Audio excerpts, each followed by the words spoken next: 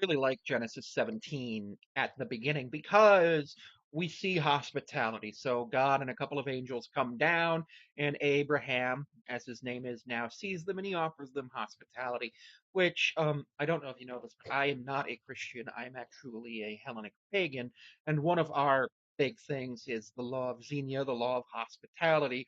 And I believe all religions would do well to have a story that shows hospitality. And this story shows that Abraham is being hospitable to visitors. I do not believe he knows that they are God and his angels at the time that they get there, but eventually he does. If I've entered your eyes, my Lord, he does by verse 3, he knows. So he gets them quick. Sarah comes out, they flour and bread and selected a tender calf and they prepared it. And it's just a wonderful thing. And then God says to him, I will come back to you now, this time next year, and Sarah, your wife, will have a son, which is a really cool thing.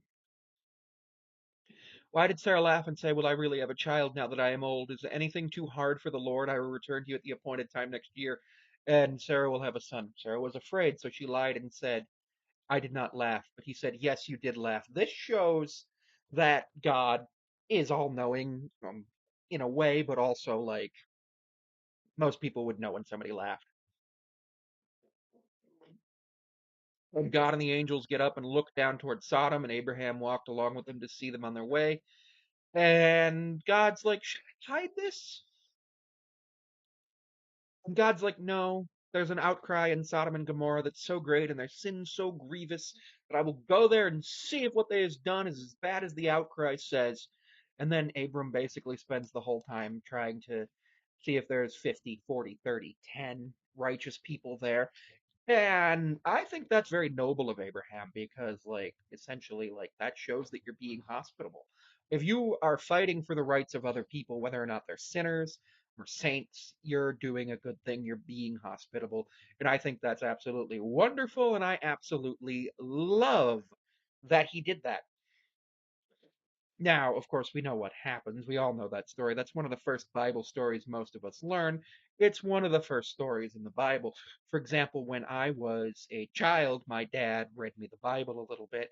We got up through, I think, the book of Numbers before it stopped because we were just like, meh. And I had interest in other books. Both of us are interested in science fiction, which is really cool. That we can talk about that, Star Trek, Star Wars, stuff like that.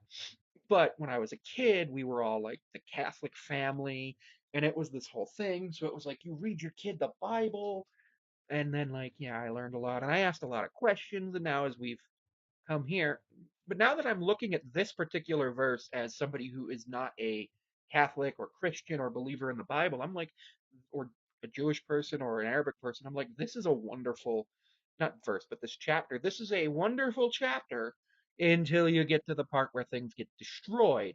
But things don't get destroyed in this chapter, so it's wonderful. You get to think like Abraham's very, very hospitable to his visitors. He gives them food and drink, and he gives them a place to bathe. And then he finds out his visitors plan on destroying a place, and he's like, why? He's just like, why? Almost like Dot from Animaniacs. Why? And I absolutely love that. But hospitality is something that we all need to have because we are a social species and our cooperation leads to our survival, leads to civilization, all of that. And this is a great myth. It explains what happens if you're not hospitable. Now, unfortunately, a lot of people will take the next chapter to mean something other than what it means, but this is very clearly showing you must be hospitable to other people. You must follow rules and laws of hospitality. Obviously, Jewish laws, Greek laws, Mesopotamian laws, American laws, they're all different, but super important. And I'm very happy that Abraham actually argued with God. Um, you'll find something interesting later when other names are changed in the Bible. When names get changed in the Bible, it's often for a reason, like Abraham means father of many nations.